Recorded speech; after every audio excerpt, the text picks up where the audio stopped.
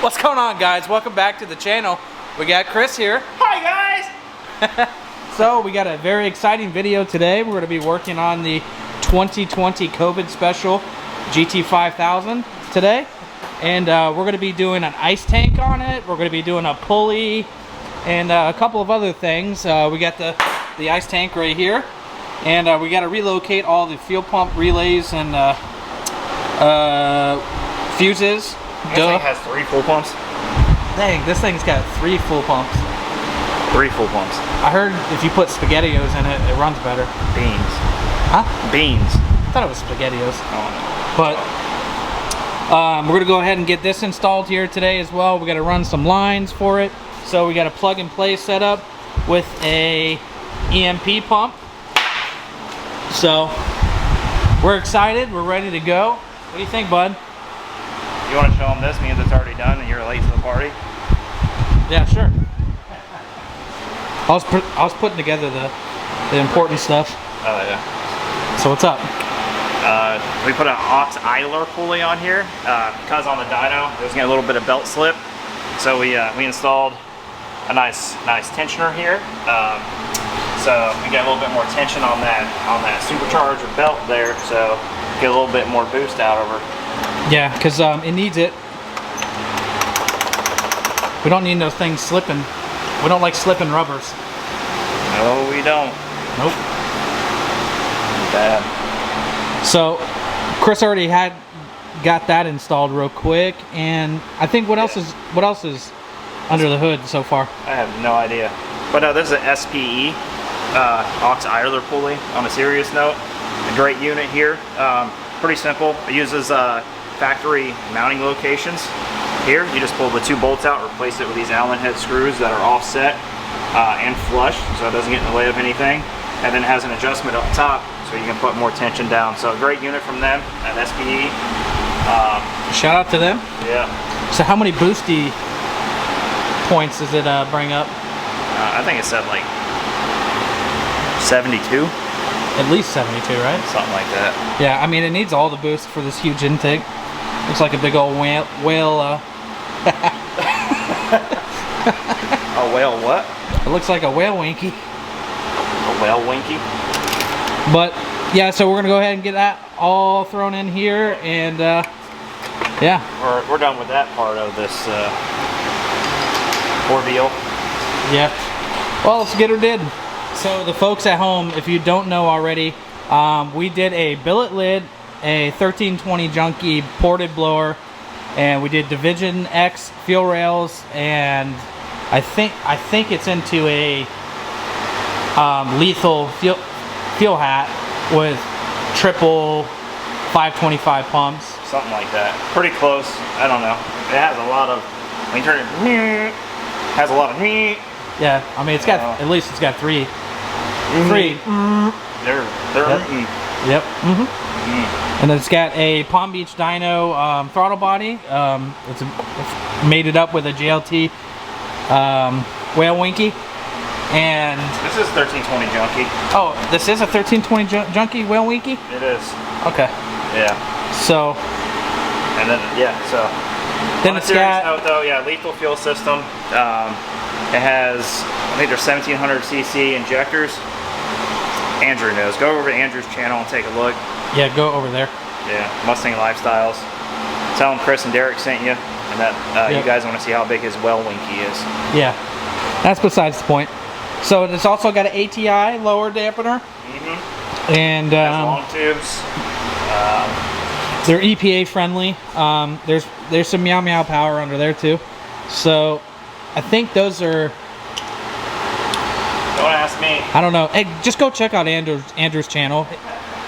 So then it's got Bogart Sexy Time wheels. They're beadlocks. The 20-inch runners are on here. Are not on here right now. They are currently getting fixed to Bogart right now because one was leaking just a little bit. But let's go ahead and get it all wired in for the ice tank, and then we can be nice and chilly. It's a nice unit. That's a bent winky. That ain't good. Shipping and handling, huh? We'll fix it. Hopefully it was insured. But We got to also take care of these wires right here. We got to get them mounted somewhere different right now because that's where the ice tank's going to be sitting right here. So you're going to be seeing that here shortly.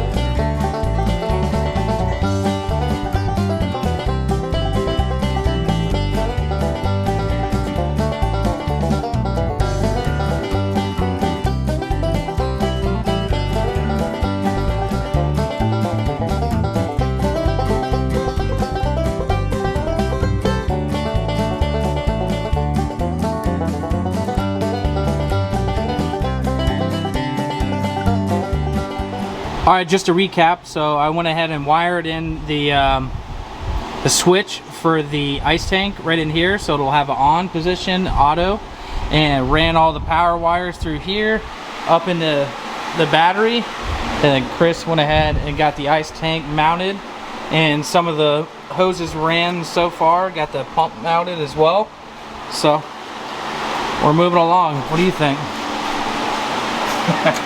What do I think? Yeah.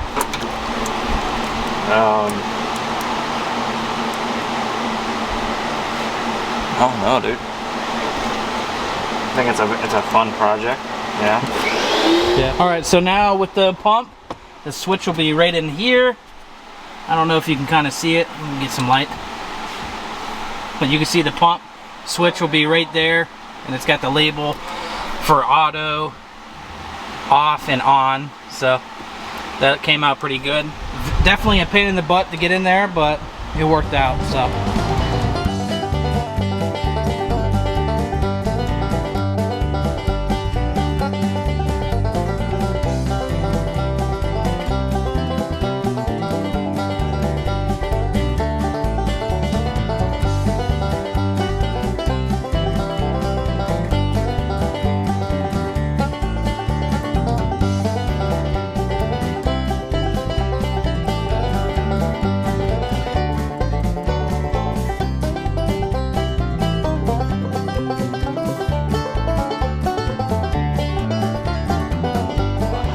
Alright guys, so we got the ice tank already installed here with the pump, all the lines ran. You want me to turn it on? Yeah, you can turn it on real quick. Just to verify that it's working. We put some distilled water in the tank. It takes 6 seconds. She's off.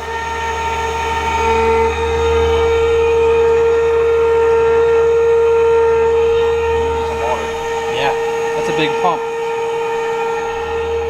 So got the lines ran, so you gotta, this is your feed right here, and this is the return that goes into the heat exchanger, and then it goes right back all the way to the pump, which are the lines we ran through here. So I'm pretty happy. I'm pretty excited to see what it's gonna do. We did the pulley, did everything else. I had to straighten the exhaust a little bit, and now it's looking really, really good. You adjusted the tip? Yep. Yeah, both the tips were adjusted, so now it's normal looking. But I don't know. I adjusted yours and you adjusted mine? Or, yes. Or different. Never mind. Oh, yeah. Sorry. So I'm pretty happy about it. What do you think, buddy? It went pretty smooth. No one's really done. I mean, there's a couple people on the interwebs that have like put the ice tanks in the 2020s, but not many. So it was a learning process. I wish we would have went a little bit more in depth. Probably would have helped a bunch of people out. So if you guys have any questions whatsoever about the install, feel free to comment or message us, and one of us will get back to you. It's really simple. There's a couple little tricks that's not like you wouldn't normally do on like a S550 chassis. It's a little bit different, but you can make it work. We ran 2 3/4 inch lines all the way up. All the clearance is there, all the factory lining and everything is in place. So there's a couple of tricks you have to do to make it work. You don't have to cut anything, you don't have to beat anything. It goes in there, it's just a pain in the butt to do. But if you have a little bit of patience and a helping hand, you can get it done. So it's all in there, every plastic clip, every liner, every factory bolt is all back in its place. You can't even tell they're in there. Yeah. So that's the way it should be done. There's no ground clearance issues whatsoever. It's all tucked up higher than frame rails. Nothing's rubbing. So, I mean, if you got any questions whatsoever, feel free to ask. Yeah, just leave a comment down below if you got any questions. But it's back on the front runners too now, because when it came in on the stock wheels. And, oh, I just absolutely love these Bogarts. Now for everybody, that's a 20-inch front runner by 7. Very nice. So I think she's ready for. I think she's ready to go home.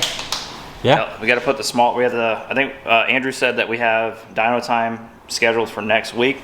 Yeah. So you'll see that video next as well. Yeah, we'll probably go with them, right? The real street. Why not? But so we got to put the smaller pulley on it, and that's it. Put a different tune on it. If everything goes well, it's going back. I forgot where it's from, but it's going home. It's getting out of our hair. You know, we love the car, but it's time for it to go home. Yeah, for real. But yeah, so I appreciate you guys watching. Definitely leave a comment down below, and don't forget to hit the subscribe button, and we'll see you on the next video.